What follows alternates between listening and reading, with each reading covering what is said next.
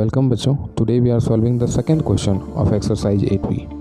Here the question is saying if x is equal to 1, y is equal to 2 and z is equal to 5. मतलब x, y, z की अलग अलग value आपको दी हुई है. तो आपको ये जो एक्सप्रेशन दिया हुआ है, मतलब हर क्वेश्चन में एक एक्सप्रेशन दिया हुआ होगा. ये जो पूरा लिखा हुआ है इसको क्या बोलते हैं? एक्सप्रेशन. ये सब बेसिक टर्म है जो आपको पता होना चाहिए. ये जो पूरा टर्म लिखा हुआ है इसको बोलते हैं एक्सप्रेशन.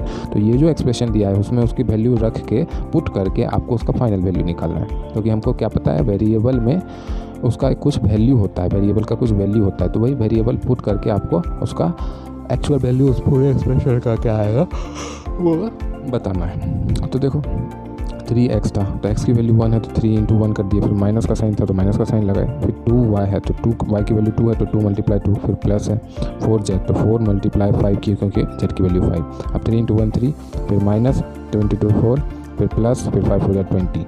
अब ये जो दो पॉजिटिव टर्म है 3 और 20 इसको ऐड कर देते हैं. तो ये होगा 23 और -4. 23 - 4 क्या आ गया? 19. चलो सेकेंड क्वेश्चन की तरफ देखो. सेकेंड क्वेश्चन क्या बोल रहा है? x² + y² + z². अब x की वैल्यू थी 1 तो 1 पे स्क्वायर लगा दिए. फिर प्लस y की वैल्यू है 2, 2 पे स्क्वायर लगा दिए. फिर प्लस z की वैल्यू है 5, फिर 5 पे स्क्वायर लगा दिए. तो 1² 1, 2² 4, 5² 25. ठीक है. अब 1 + 4 5 हो गया, प्लस 25. तो 5 + 25 फाइनल जो आंसर निकल के आता है वो क्या आता है? 30. थर्ड क्वेश्चन देखो. 2x² - 3y² + z².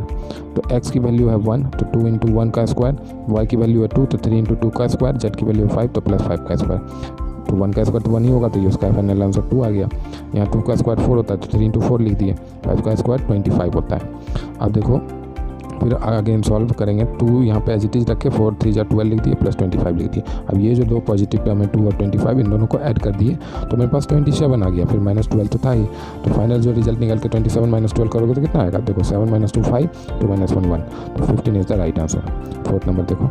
xy + yz - zx. तो x की वैल्यू 1 × y की वैल्यू 2 प्लस y की वैल्यू 2, z की वैल्यू 5, दोनों को मल्टीप्लाई किए. फिर माइनस z की वैल्यू 5 × x की वैल्यू 1. 1 × 2 plus 5 × 2 10 minus 5 × 1 5. इन दोनों को ऐड कर दिए तो यहाँ पे 12 12 - 5 7 is the right answer. Fifth number देखो. 2x² y - 5yz + x².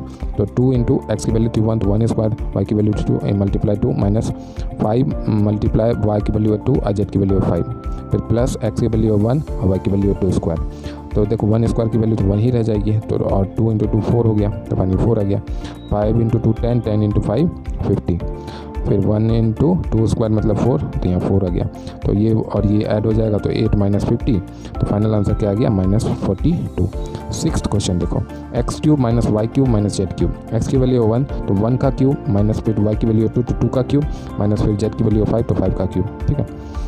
अब 1 को कितने भी टाइम्स अपने से मल्टीप्लाई करो. हालांकि मैंने ये करके इसलिए लिख दिया है कि आपको समझ में आए कि 1 पे पावर जब 3 रहे तो इसको 1 का क्यूब पढ़ते हैं और इसको ऐसे मल्टीप्लाई करोगे तो उसका वैल्यू आ जाएगा. वैसे यहाँ पे इसको 2 को 3 टाइम्स मल्टीप्लाई किया, 5 को 3 टाइम्स, 1 को 3 टाइम्स मल्टीप्लाई करेंगे तो उसकी वैल्यू तो 1 ही रहेगी. 2 को 3 टाइम्स मल्टीप्लाई करेंगे तो उसकी वैल्यू 8 आ गई. और 5 को 3 टाइम्स मल्टीप्लाई करेंगे तो 5 5 25 एंड 25 5 125. अब because this 2 number are negative तो इनको पहले ऐड कर देते हैं. ऐड करने का प्रोसेस क्या है? इंटीजर्स के चैप्टर में बहुत अच्छे से मैंने आपको बताया कि दो नेगेटिव नंबर्स को जब भी आपको ऐड करना है तो पहले दोनों का नेगेटिव साइन भूल जाओ और दोनों को ऐड कर दो. तो यहाँ पे बस लास्ट में 8 ऐड कर दोगे तो आपको फाइनल आंसर 133 आएगा. और उसमें एक नेगेटिव साइन लगा दिया तो 1 - 133. ये भी बहुत आसान है. एक पॉजिटिव एक नेगेटिव है तो पहले उसका सब्ट्रैक्शन कर देंगे बड़े में से छोटे का साइन हटा के. तो 133 - 1 तो क्या होगा? 132 और फिर एक नेगेटिव का साइन लगा दिए. ठीक है. I hope you are liking all this series of video. If you do like, please like the video, subscribe the channel and share with your friends. Have a nice day.